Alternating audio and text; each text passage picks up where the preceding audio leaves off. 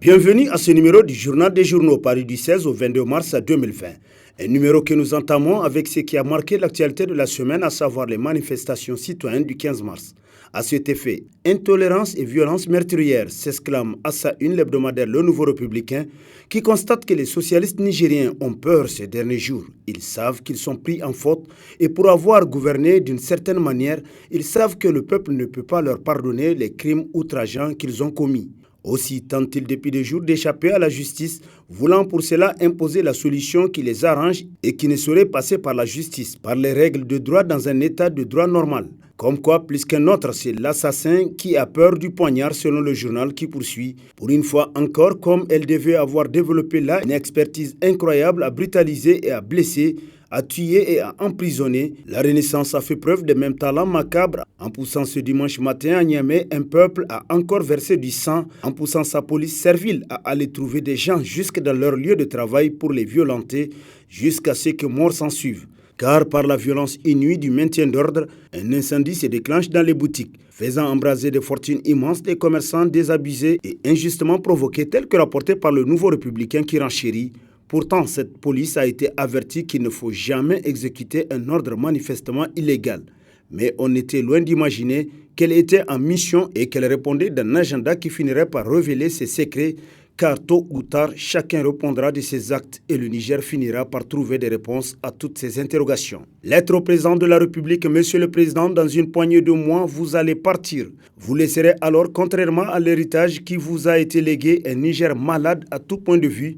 Titre dans sa rubrique Nation, l'hebdomadaire Le Monde d'aujourd'hui. Pour qui le Niger va à volo et votre gouvernance en est la cause.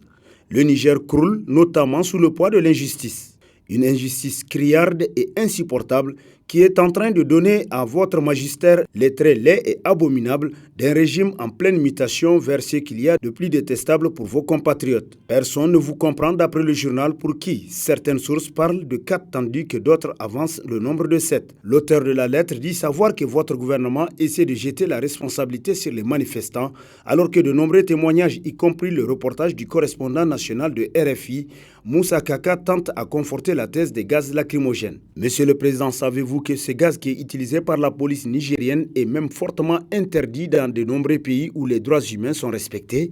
S'interroge l'hebdomadaire qui poursuit. Lorsque vous oubliez la dimension humaine dans un projet, vous pouvez être certain d'avoir échoué à l'avance. C'est vous dire que vous avez considérablement péché dans la gouvernance humaine selon l'auteur de la lettre au président de la République, tel que rapporté par Le Monde aujourd'hui. Commentaire, le verdict de Bazoum Mohamed suite au drame de Tagbati. Dieu a certainement décidé qu'il devait mourir aujourd'hui. Titre dans sa rubrique l'hebdomadaire L'éclosion. Pour qui, lorsque le ministre chargé de la sécurité de tous les Nigériens prononçait ces paroles, les victimes de ce drame n'étaient pas encore inhumées. Certaines familles n'avaient même pas encore la certitude d'avoir perdu un membre. Comment un ministre de l'Intérieur, de surcroît candidat à la présidence de la République, peut-il parler si banalement de concitoyens ayant perdu la vie dans d'aussi horribles conditions? Il devait mourir aujourd'hui, donc il n'y a plus rien à chercher.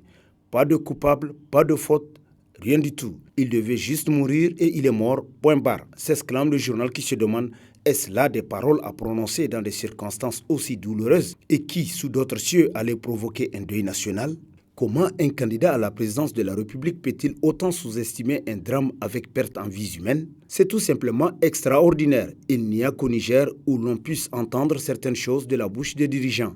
C'est ahurissant, proprement scandaleux, s'exclame l'éclosion. La CNDH et l'opposition politique persona non grata à la police judiciaire, titre dans la rubrique Focus l'échiquier de sa parution en date du 18 mars, le quotidien privé L'Enquêteur, qui nous apprend que censé veiller à l'effectivité et à la promotion des droits et des libertés fondamentales, la CNDH court après son droit à l'existence sous le régime d'Issoufou Mahamadou. Croyant à la réalité du statut juridique de l'opposition politique, quelques leaders du FRDDR et du MDR se sont transportés dans les locaux de la police judiciaire afin d'échanger avec Moussa Tchangari et ses compagnons d'infortune. Bien mal leur en a pris, Mohamed Ousmane, Amadou Djibodi Max et tant d'autres opposants ont débarrassé le plancher, sommés d'aller voir ailleurs. Faut-il le rappeler, la CNDH comme l'opposition politique sont des entités reconnues dans les textes de la République. C'est dire que leur bannissement de la police judiciaire constitue un reniement des principes démocratiques, ce d'autant que ces deux entités participent à la consolidation du pluralisme politique au Niger. Mais le pouvoir d'Issoufou Mahamadou n'en a cure d'après le journal, pour qui la CNDH et l'opposition politique sont déclarés persona non grata à la police judiciaire. Demain, quelle autre structure subira le même traitement? Attendons de voir, conclut l'enquêteur. Non-respect du calendrier de la session parlementaire ordinaire, protéger les voleurs de fonds du ministère de la Défense sur violation flagrante de la Constitution, a constitué l'un des titres à la une de l'hebdomadaire L'Actualité. D'après qui, conformément à la Constitution du 25 novembre 2010 et précisément en son article 91, chaque année l'Assemblée nationale se réunit de plein droit en 2 sessions ordinaires, sur convocation de son président. D'après cet article, la première session ordinaire de l'Assemblée nationale au titre de l'année 2020 devait en principe s'ouvrir dans la première semaine de ce mois, c'est-à-dire entre le 1er et le 9 mars dernier pour une durée de 90 jours. Le gouvernement pléthorique de Brigitte Raffini doute profondément que cette première session ordinaire de l'Assemblée nationale au titre de l'année 2020 puisse donner l'opportunité aux parlementaires opposants d'exiger non seulement le contenu du rapport de l'audit mené au ministère de la Défense nationale et prendre conscience de la liste de tous les voleurs de la République, mais également de déposer des motions de censure contre le gouvernement pour les différentes violations constitutionnelles constatées depuis 2011 d'après l'hebdomadaire qui poursuit que cette année, selon certaines sources dignes de foi, l'Assemblée nationale va chômer pour la première fois de son histoire ses sessions ordinaires pour manque d'argent et la lutte contre le coronavirus.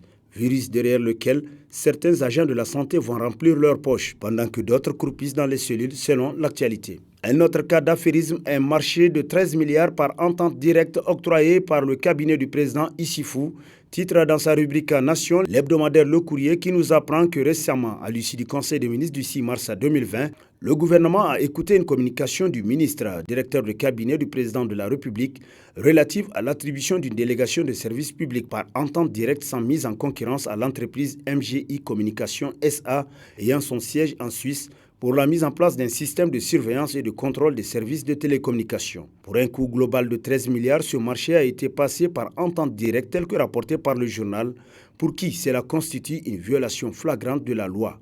Mais il y a sans doute pire puisque la société ayant acquis le marché n'a pas bonne presse en Afrique. MGI traîne une réputation sulfureuse de société non sérieuse.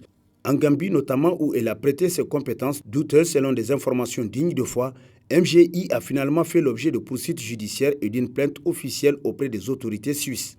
Gestionnaire de passerelles internationales exclusives en Gambie de mai 2014 à 2017, MGI a été accusé et poursuivi en justice pour comportement frauduleux portant sur des sommes illégalement obtenues.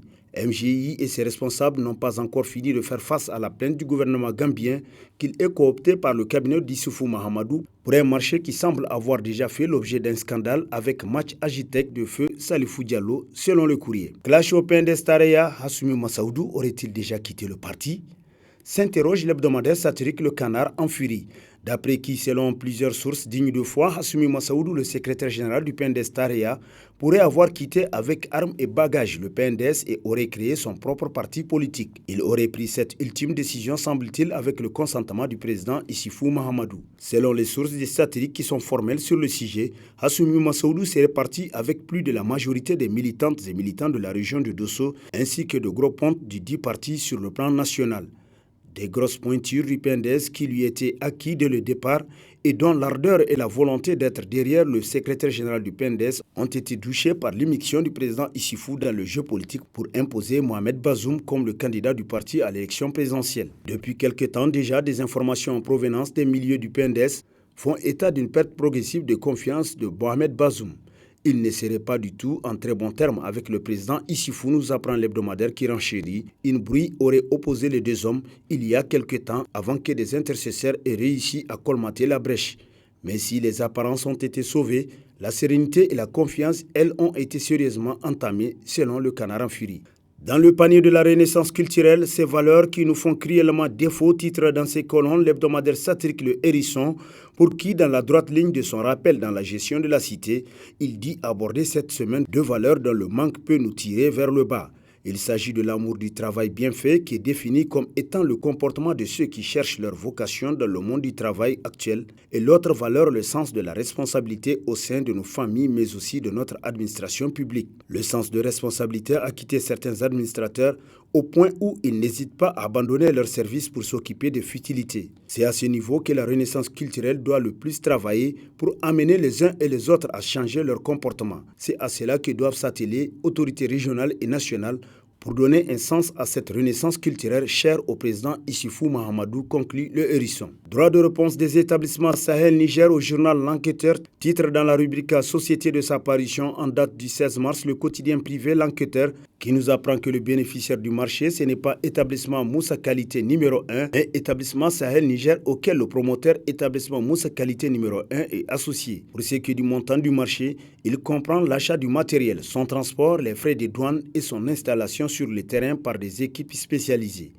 L'achat des matériaux, le transport jusqu'au port de Cotonou et du port de Cotonou à Niamey, le dédouanement, les travaux sur le terrain, les enregistrements à la DGI et à l'ARMP, tout cela a nécessité un montant de 2 816 336 781 francs CFA. Si vous retenez que le montant du marché est de 3 68 528 350 francs CFA, vous constaterez que la marge bénéficiaire du bénéficiaire n'atteint même pas les 10% du montant du marché, selon l'enquêteur. L'Université technologique de Dosso n'a pas son propre site terrain. Qu'est-ce qui bloque cela ?